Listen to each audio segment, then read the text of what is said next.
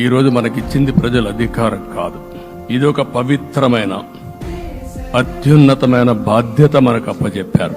ఈ విషయం అనుక్షణం ప్రతి ఒక్కరూ మనం గుర్తుపెట్టుకోవాల్సిన అవసరం ఉంది. నేను 14 సంవత్సరాలు దగ్గర ముఖ్యమంత్రిగా ఉన్నాను. 15 సంవత్సరాలు ప్రతిపక్ష నాయకుడిగా పనిచేశాను. ఎన్నో సవాళ్లు చూశాను, ఎన్నో సంక్షోభాలు చూశాను. ప్రతి ఒక్క సంక్షోభాన్ని ఒక అవకాశంగా మలుచుకుని ముందుకు పోయాం. ఈ రోజు కూడా మీకు అందరికీ ఈరోజు రాష్ట్రంలో మనం చూస్తే చాలా సమస్యలున్నాయి.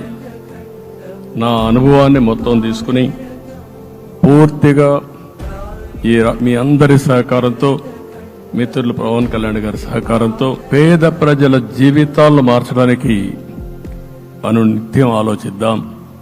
అది చేసి మన నిజాయితీని, మన కృతజ్ఞతని ప్రజలకు తెలియజేద్దాం.